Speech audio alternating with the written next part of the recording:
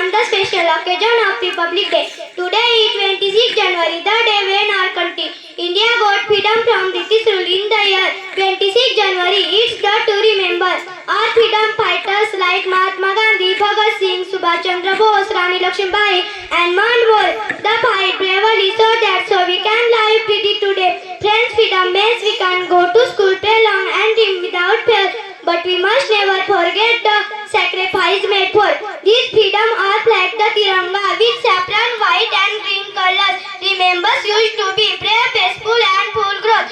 And W. Ashoka Chakra in the middle is to remember used to keep moving forward with truth and heart. Jai Bharat, Vande Mataram. Thank you all for running me warriors. Very good बेटा. दिया महाले